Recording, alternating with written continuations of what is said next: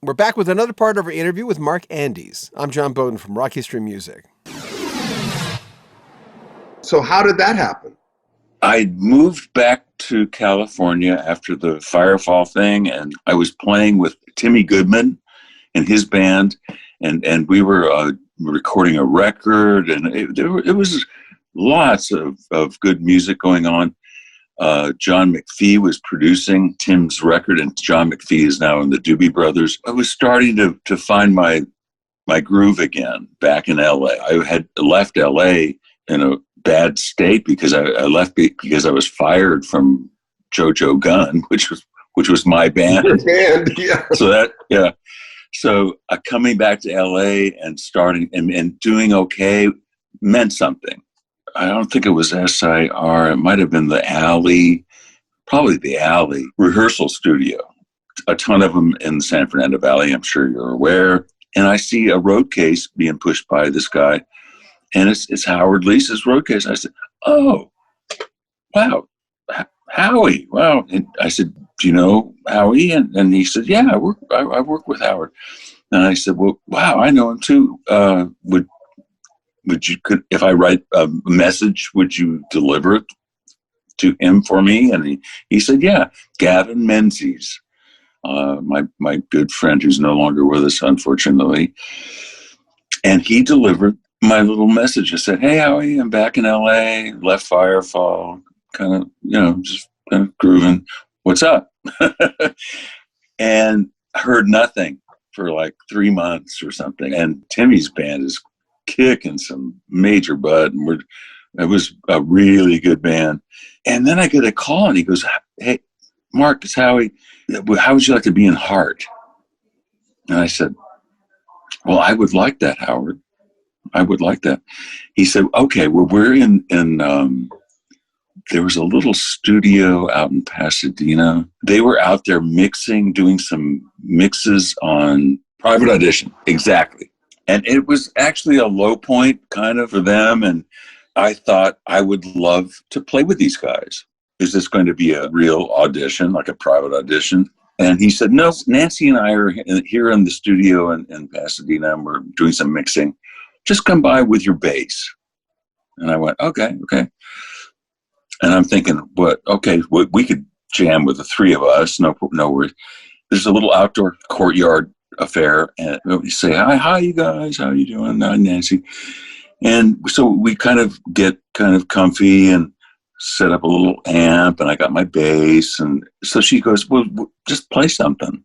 Being a former guitarist, and I kind of do these weird little chordal things, and I just started to riff on some, I guess what you could call guitar type changes, but on the bass, not trying to be all impressive with my the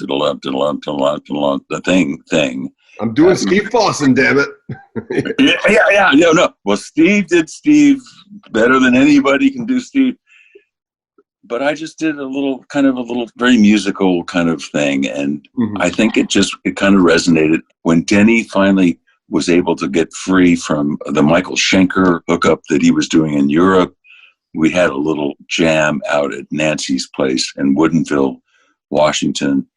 And then I think that's when Ann and everybody kind of weighed in about, okay, is this the lineup that we want to kind of do? And we must have passed the audition.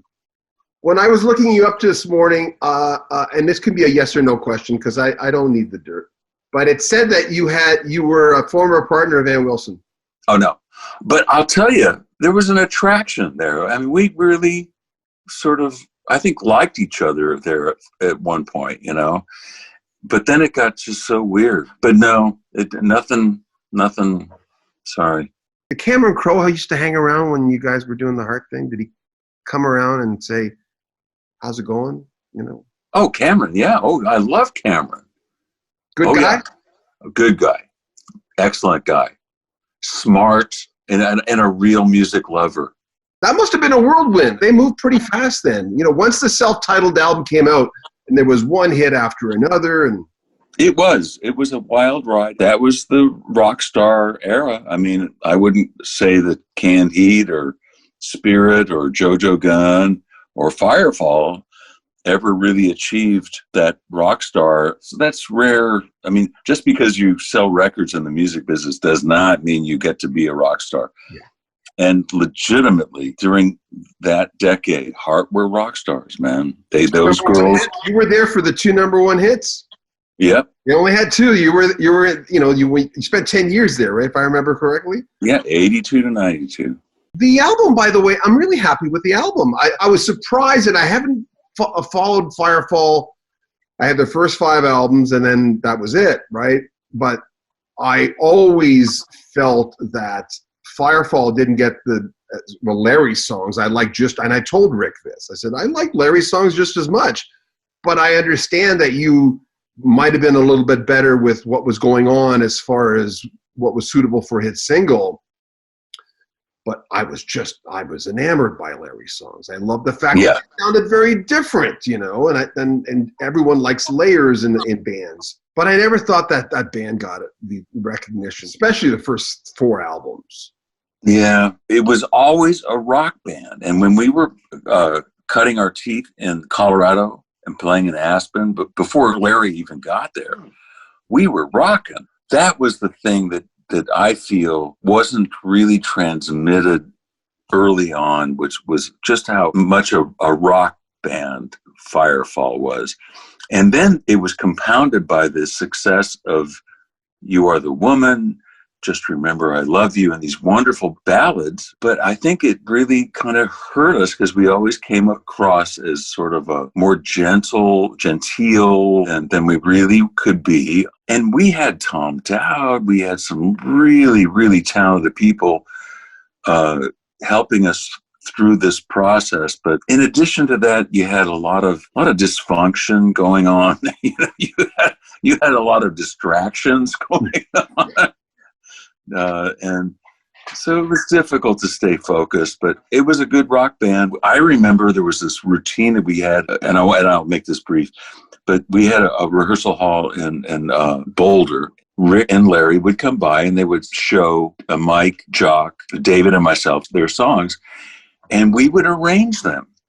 So it was this, I guess that's what upset me the most, that the guys didn't get as much notice financially, because we really, really made Firefall sound like Firefall, man. I mean, those guys wrote the songs legitly, flat out.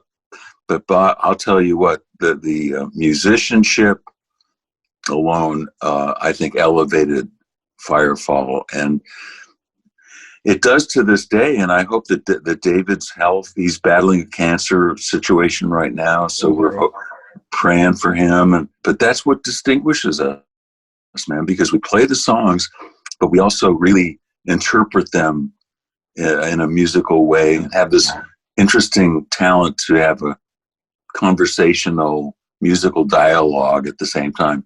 It's pretty special. The albums stand out really, really well. I bought them on vinyl, and I've got a few copies of each, especially the first 4. They stand out really well. Comment on our videos, share our videos on social media. It means so much to us, helps us grow. And remember, subscribe to our channel. I'm John Beaudin from Rock History Music.